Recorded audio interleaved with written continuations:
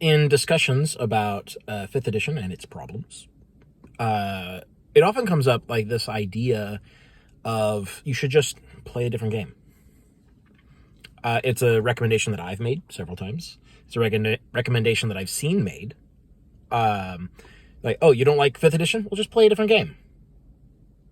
Okay. It's a legitimate suggestion, but it's not exactly practical for a lot of people, is it?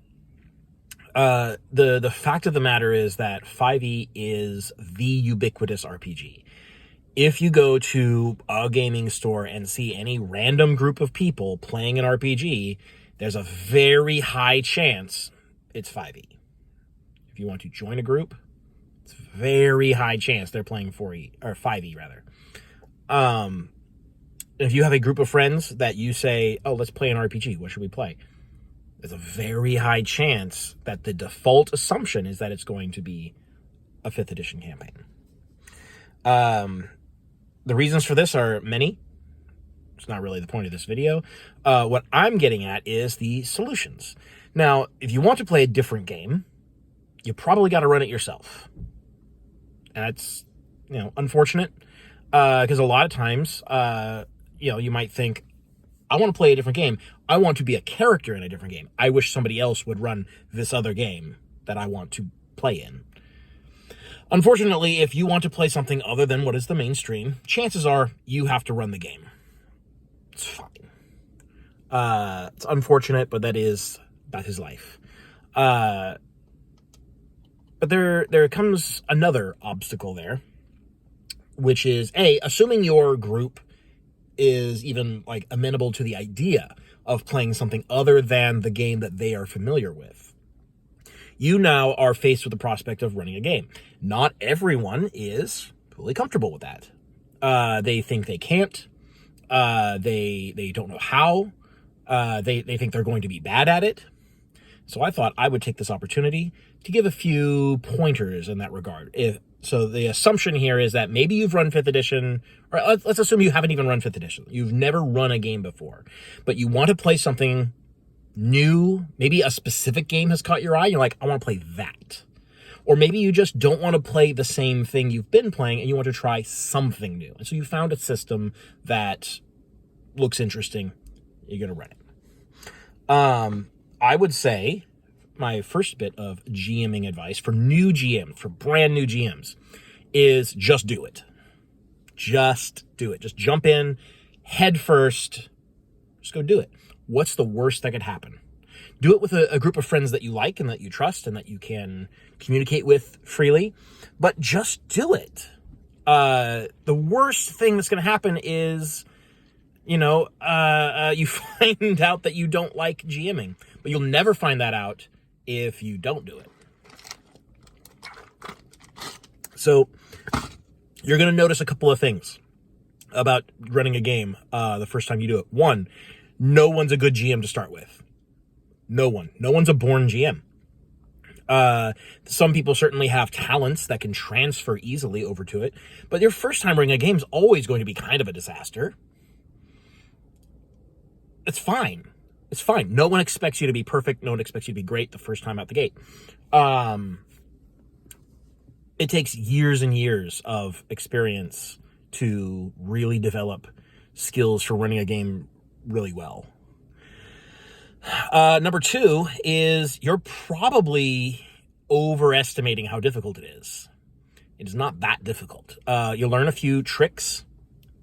There's a few specific tricks that you can pick up as a GM early on about, like behind the screens tricks. That's hard to say. Behind the screen tricks that allow you to keep the narrative flowing without it being too much work and too much load and too much prep time ahead of the game. Once you got a couple of those tricks under your belt, you can run the game. It's pretty easy. As you get more experienced, you will be able to use your improving skills in order to improve the quality of the game. It's not necessary. Getting to getting to an acceptable level of GMing skill is way faster than you think it's going to be. But it's not going to happen right away. You know, it might be weeks or months before you get to this point where you're comfortable enough with the system and you know how to run it and you can just sort of show up to the game and go. That will happen. It will happen faster than you think. So just do it. Don't expect to be great right away. But know that it's probably easier than it looks. A big part of being a good GM is making it look like you're doing a lot more work than you actually are. It's actually kind of the same with, I do some model painting, and the whole strategy behind painting models is doing easy things that look like they were a lot of work. You know, these sort of like cheating techniques, that make it look like you have more skill than you actually have.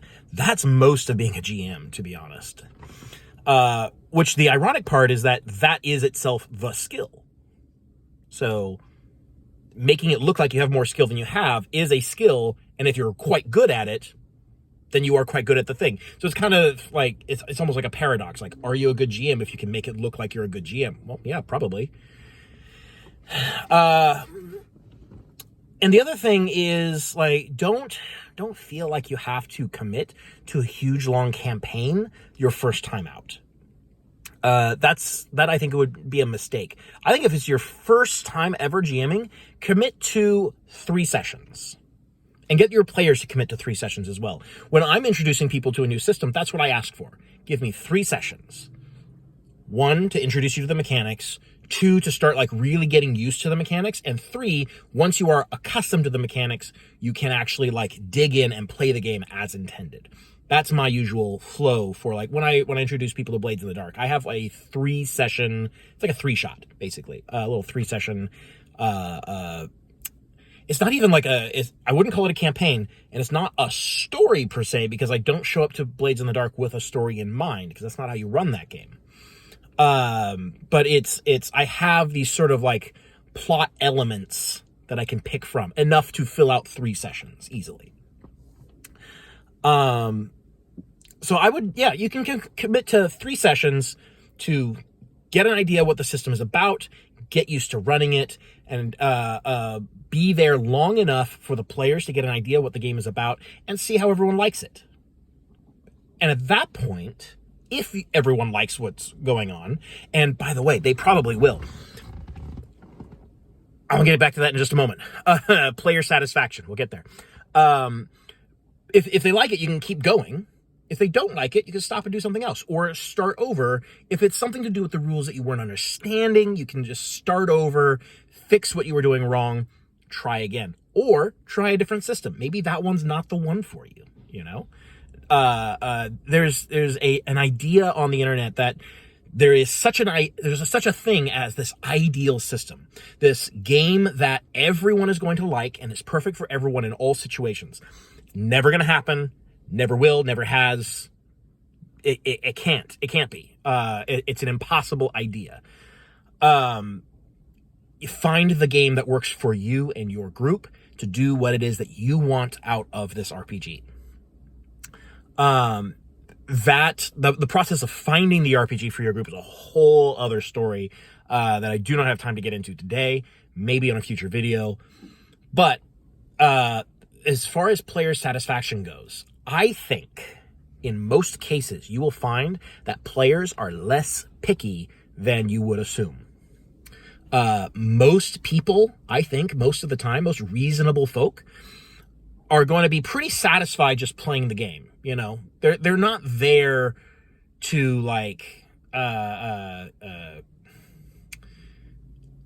I think particularly, like, especially, like if you're a new GM, obviously they're going to be giving you a little bit of extra leeway. And I'm not talking about that. I'm not talking about the special grace that you give to a new person as they're learning to run the game. That's separate. I think the players are going to genuinely enjoy themselves. You get to explore a new game together. You get to explore the imagination of the game master.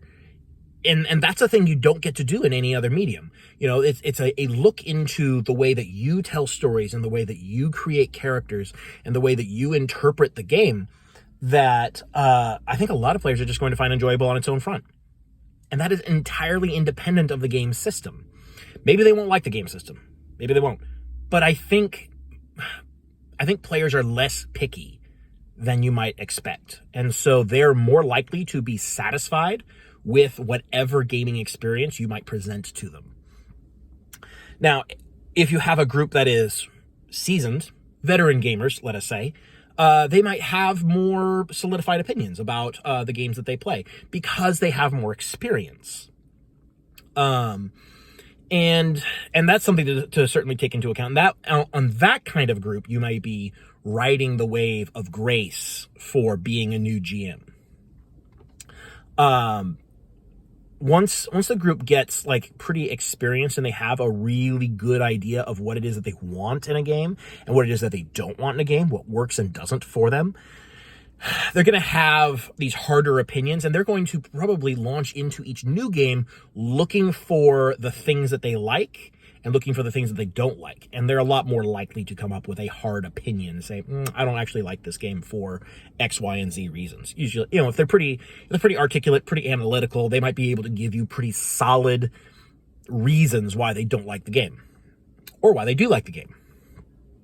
But a newer group, a group that's still sort of exploring and trying to find what it is that they like, I think is probably less likely to do that. And they're more likely to say, I really enjoyed myself in this group, therefore I'm having fun with the game, let's go. Which is kind of, I think it's not really necessarily correct, because you can have fun in a group without enjoying the game. And those are two separate things. But you know what? If they're having fun, then ultimately the game can't be that bad, right? So I don't want to say that the game isn't a detractor. It can be. I think 5e is a detractor to the fun of a RPG group. That's my position on it.